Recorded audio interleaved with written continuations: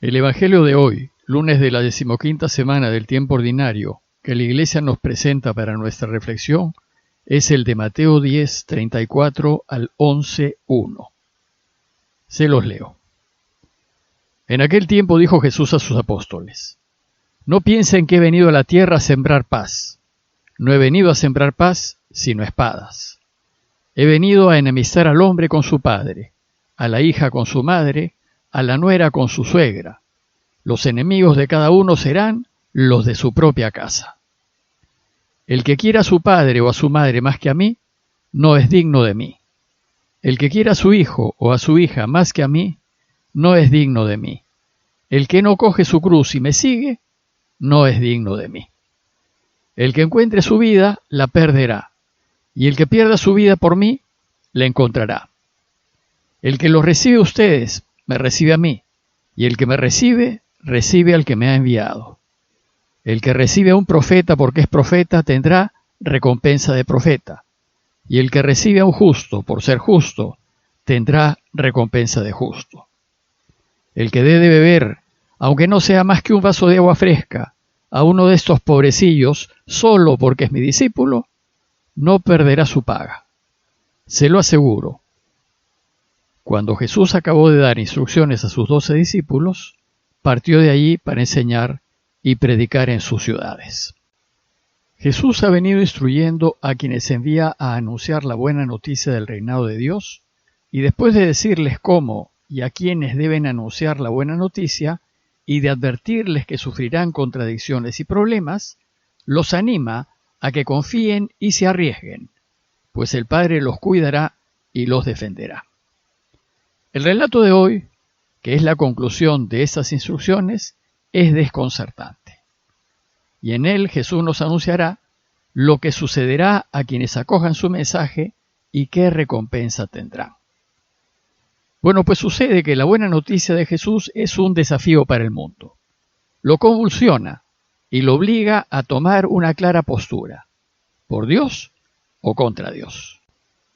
Por eso el relato de hoy empieza diciendo: No piensen que he venido a traer la paz sobre la tierra. No vine a traer la paz, sino la espada. La espada divide y separa al mundo, en favor de Dios y en contra de él. Es necesario aclarar esto, pues parece que estas enseñanzas de Jesús contradicen todo lo que nos ha venido enseñando. La paz que trae Jesús no es una calma contención. No es un cerrar los ojos a lo incorrecto, callarse y no hacer olas ante lo injusto, a fin de que haya tranquilidad. Actuando así, tal vez se logre paz, pero será una paz aparente y ciertamente no durará. La paz que busca Jesús es una paz verdadera, profunda, duradera. Y una paz así se apoya en la justicia y en la rectitud, pues solo la justicia produce verdadera paz.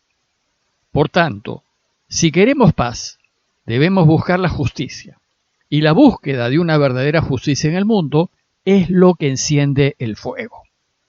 Pues quienes viven según los valores del mundo, se apoyan y sobreviven y avanzan gracias a la mentira y a la injusticia, y se van a oponer a toda verdadera justicia. Pues es la oposición de quienes no quieren justicia la que genera el conflicto. Luego, el conflicto que genera el anuncio de la buena noticia es inevitable, pues choca con los intereses de poder y de riquezas que tiene el mundo.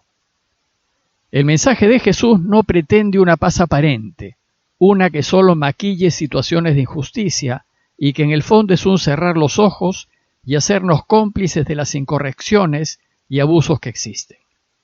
Jesús está dispuesto a enfrentarse y nos invita a hacerlo a todo lo que no está bien. Por eso dice Jesús que no vino a traer la paz, sino la espada. Pero Jesús nos dice otra cosa muy importante, que por desgracia esta guerra tendrá lugar también en el seno de nuestras familias. La lucha en favor de lo que es justo se llevará a cabo en la sociedad, en la iglesia, en nuestros círculos sociales y de amistad, y también en nuestras familias. Por eso dice Jesús: he venido a enfrentar al hijo con su padre, a la hija con su madre y a la nuera con su suegra, y el hombre tendrá como enemigos a los de su propia casa. ¿Pero cómo es esto posible? Bueno, pues en aquellas familias en donde todos sus miembros asumen el camino de Jesús y buscan vivir a la luz de la verdad y de la justicia, no habrá guerra, habrá paz. Esas familias se mantendrán unidas y habrá felicidad y paz en medio de ellas.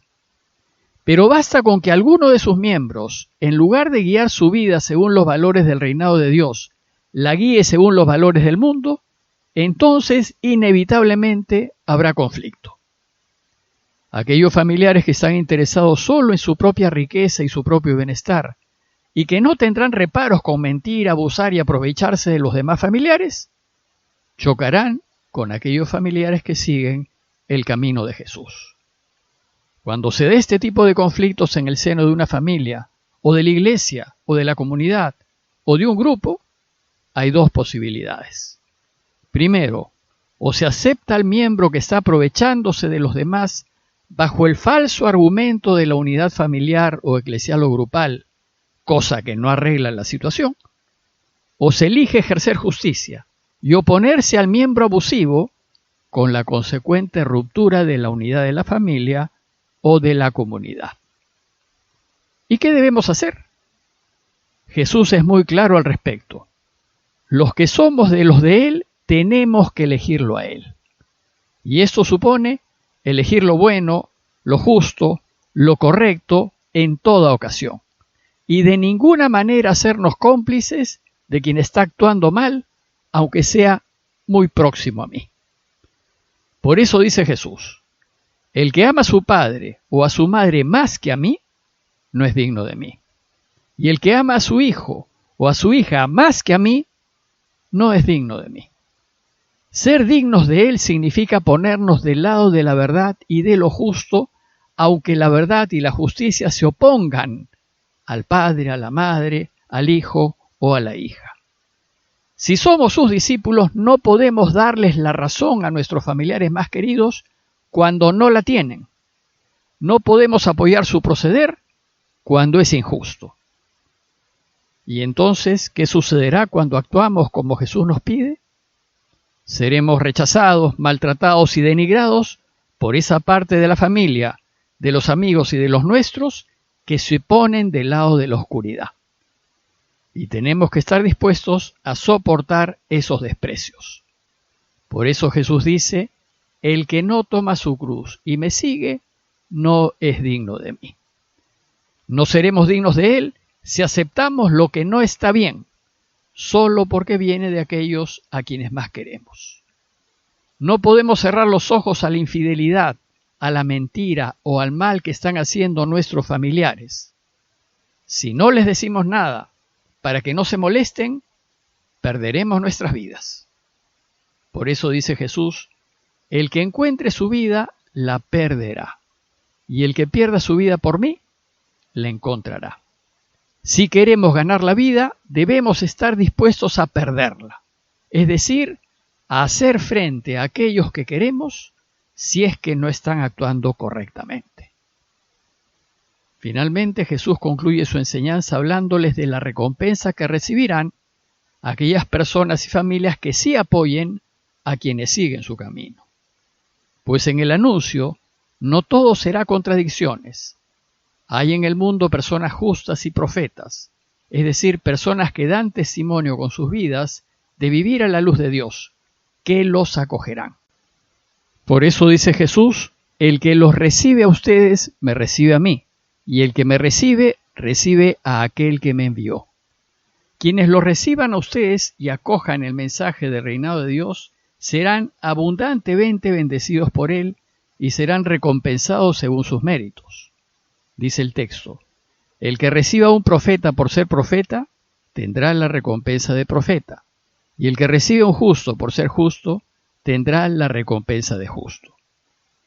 Y Jesús concluye diciéndoles, les aseguro que cualquiera que dé a beber, aunque solo sea un vaso de agua fresca, a uno de estos pequeños por ser mi discípulo, no quedará sin recompensa. Quienes ayudan a que el mensaje de Jesús se expanda, no tienen que ayudar con mucho, basta un vaso de agua fresca.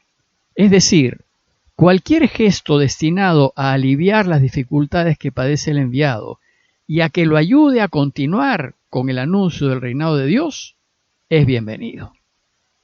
Es de notar que Jesús llama pequeños a sus apóstoles o enviados porque van por el mundo con inocencia y con esa recta intención que tienen los niños.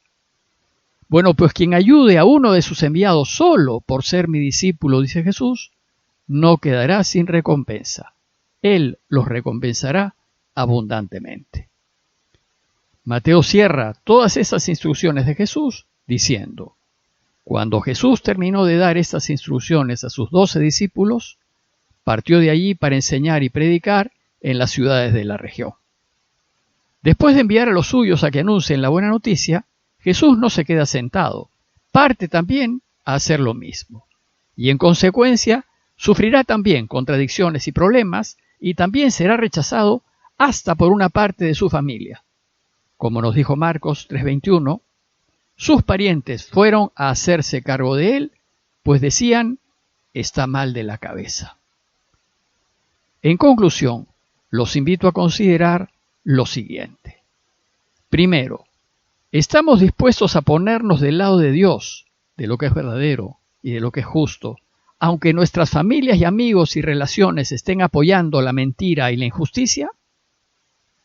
Y segundo, ¿estamos dispuestos a que familiares muy queridos se resientan con nosotros porque no les damos la razón cuando viven en la infidelidad, en la mentira y en la injusticia? ¿Estamos dispuestos a perderlos? Pidámosle a Dios que todas nuestras familias se rijan por los valores del reino para que se mantengan siempre unidas.